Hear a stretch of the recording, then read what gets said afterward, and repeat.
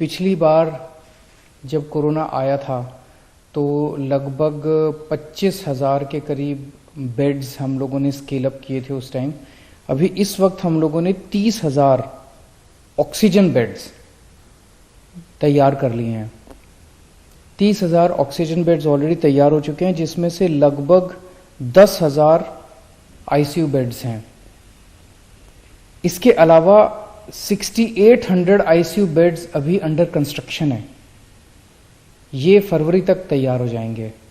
तो 10,000 ICU beds already तैयार हो चुके, 6,800 अंडर कंस्ट्रक्शन है, तो 17,000 आईसीयू बेड्स हमारे पास कुछ समय में बन के तैयार हो जाएंगे। इसके अलावा हमने इस तरह से इंतजाम किया है कि हर वार्ड में, हर म्युनिसिपल वार्ड में 100 ऑक्सीजन बेड्स हम तैयार कर पाएंगे 2 हफ्ते के नोटिस पे। तो इस तरह से 270 वार्ड है, तो 27,000 ऑक्सीजन बेड्स हम शॉर्ट नोटिस पे 2 हफ्ते के नोटिस पे और तैयार कर सकते हैं।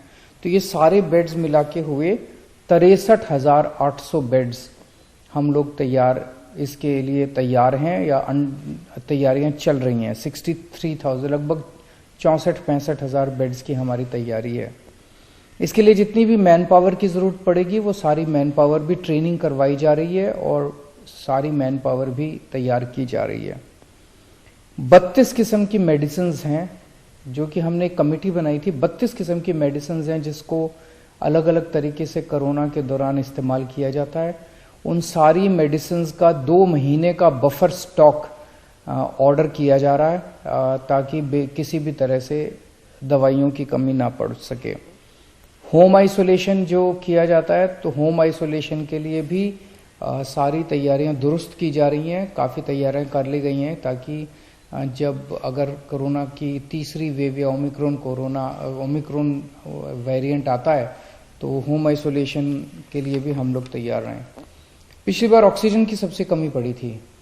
ऑक्सीजन के लिए हमारे पास जितने अस्पताल हैं दिल्ली के, उन सारे अस्पतालों का मिला के लगभग 750 के करीब एमटी 750 मीट्रिक टन की कैपेसिटी है।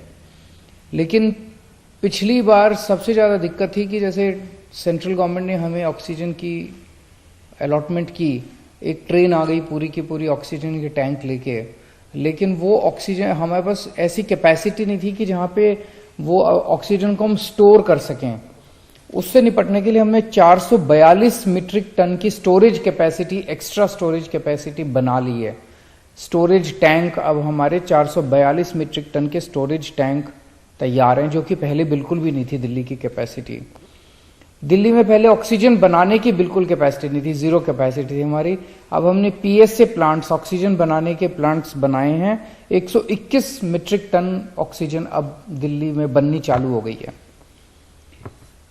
पिछली बार आपको याद होगा कि हर हॉस्पिटल कह रहा था मेरी ऑक्सीजन खत्म हो गई, मेरी ऑक्सीजन खत्म हो गई। पूरी उसके साथ हम लोगों ने सबकी ऑक्सीजन का इंतजाम भी किया, सब लोगों ने मिलके। कहीं कहीं देखने में आया कि कुछ लोगों ने गलत बोला या जैसे जो भी था। अब हमने सारे जितने दिल्ली में ऑक्सीजन टैंक्स हैं, चाहे किसी हॉस्पिटल का है, चाहे हमारे बड़े टैंक्स हैं, छोटे टैंक्स हैं, इसमें टेलीमेट्री डिवाइस लगाने के ऑर्डर दे दिए हैं। इस डिवाइस से रियल टाइम बेसिस पे हमारे कंट्रोल रूम में, वॉर रूम में हर मिनट में पता चलता रहेगा कि किस टैंक में कितनी ऑक्सीजन इस टाइम मौजूद है, कहाँ ऑक्सीजन खत्म होने वाली है। इससे हमें अपने ऑक्सीजन मैनेजमेंट में मदद मिलेगी। पिछली बार हर अस्पताल के अंदर सिलेंडर तो होते ही ऑक्सीजन के, उसके अलावा स्पेयर कैपेसिटी नहीं थी हमारे पास सिलेंडर्स की, ताकि मान लीजिए हमें एक्स्ट्रा कहीं पे बेड लगाने पड़े तो हमारे पास कोई सिलेंडर, खाली सिलेंडर भी नहीं थे।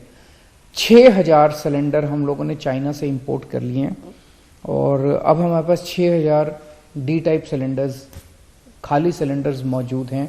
इसके जरिए हम कई सारे नए बेड्स तैयार कर सकते हैं किसी भी बड़े बड़े बैंक्वेट हॉल्स में या कहीं और। हमारे पास अभी 3 रीफिलिंग प्लांट्स हैं दिल्ली के अंदर, प्राइवेट रीफिलिंग प्लांट्स हैं, जिनकी कैपेसिटी है 1500 सिलेंडर पर डे भरने की। इसके अलावा हमने 2 बॉटलिंग प्लांट, सरकार ने 2 बॉटलिंग प्लांट्स और लगा लिए हैं, उनकी की भी कैपेसिटी लगभग 1400 के करीब है। तो 2900 सिलेंडर भरने की कैपेसिटी पर डे की अब दिल्ली की हो गई है। पिछली बार सबसे बड़ी दिक्कत ये भी आई थी कि ऑक्सीजन के टैंकर नहीं थे हमारे पास। सरकार कहती थी भाई पानीपत से मंगा लो ऑक्सीजन, हमारे पास टैंकर ही नहीं थे क्योंकि दिल्ली में ऑक्सीजन बनती नहीं है। अब हम 15 टैंकर खरीद रहे हैं, 15 ऑक्सीजन के टैंकर खरीद रहे हैं। उम्मीद है कि 1 महीने के अंदर 15 टैंकर दिल्ली के आ जाएंगे। वैक्सीनेशन की स्थिति दिल्ली में अच्छी है। 93% लोग जो हैं वो फर्स्ट डोज लगवा चुके हैं, 57% लोग सेकेंड डोज लगवा चुके हैं। मेरी उन सब लोगों से गुजारिश है हाथ जोड़ के जो सेकेंड डोज जिन्होंने नहीं लगवाई, उनकी जिनकी ड्यू हो गई है, कि वो भी आगे आके सेकेंड डोज जल्द से जल्द लगवा लें। तो ये कुछ एक तैयारियों का जायजा लिया। मैं फिर से उम्मीद करता हूं कि ओमिक्रॉन वायरस ना आए, थर्ड वेव ना आए। बड़ी मुश्किल से हमने पूरे देश ने इस वायरस का मुकाबला किया, लेकिन अगर आती है तो हम तैयार हैं। आपको चिंता करने की जरूरत नहीं है। नमस्कार।